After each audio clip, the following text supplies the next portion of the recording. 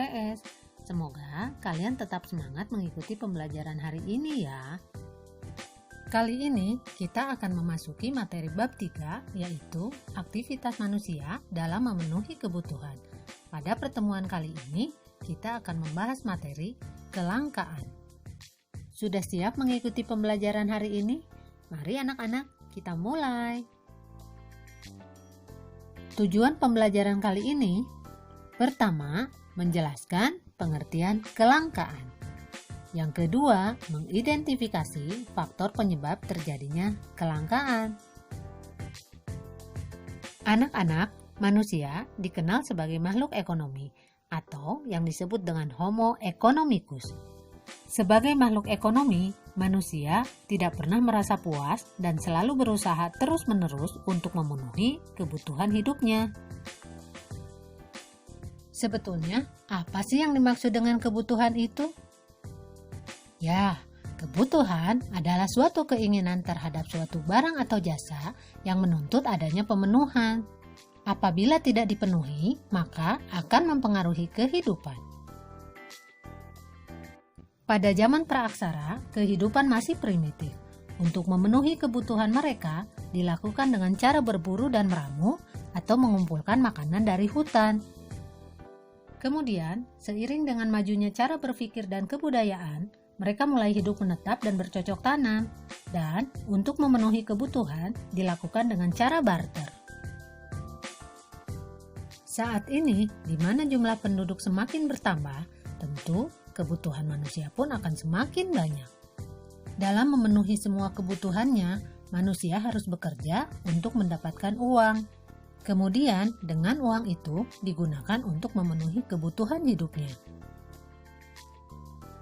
Nah anak-anak, sekarang coba kalian perhatikan gambar berikut ini. Kejadian apa yang kamu lihat dari gambar tersebut? Gambar ini menunjukkan antrian BBM di pom bensin. Sedangkan gambar yang kedua menunjukkan orang sedang mengantri untuk mendapatkan air bersih. Nah, sekarang pertanyaannya, kenapa dua kejadian itu bisa terjadi?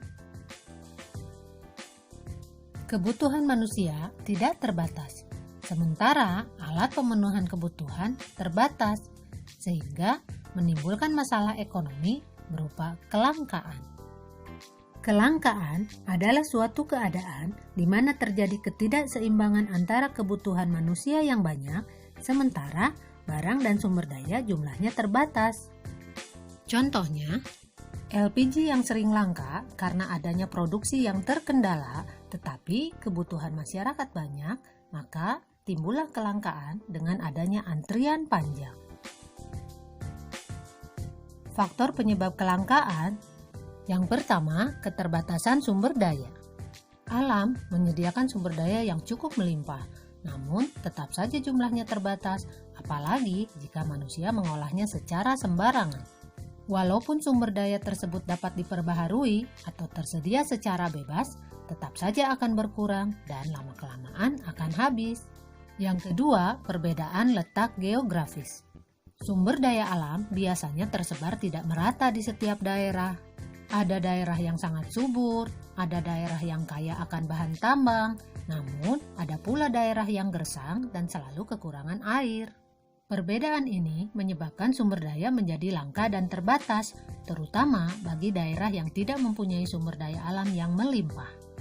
Yang ketiga, pertambahan jumlah penduduk.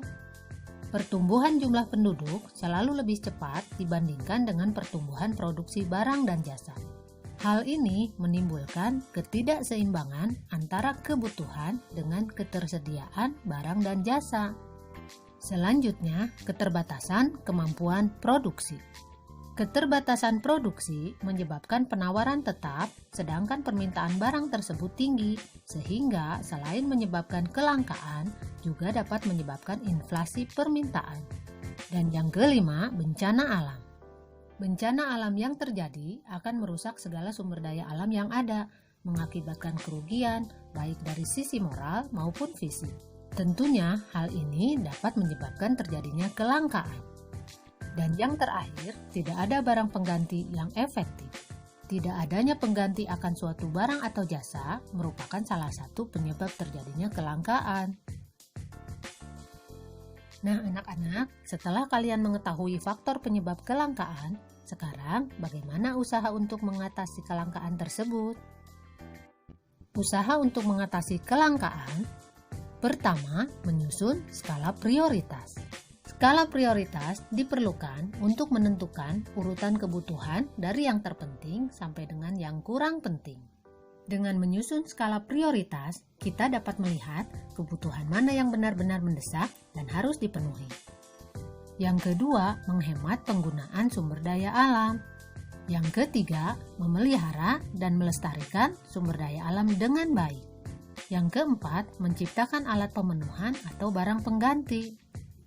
Dan yang terakhir, meningkatkan pengelolaan berbagai macam sumber daya alam sehingga lebih bermanfaat bagi kehidupan manusia.